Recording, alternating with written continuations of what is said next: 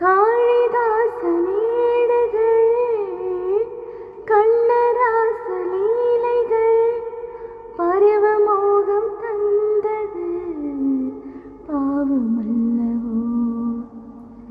ஷாஜகானின் காதலி தாஜ்மஹால் பூங்கிழி பாசம் வைத்த பாவம் தான் சாபமல்லவோ.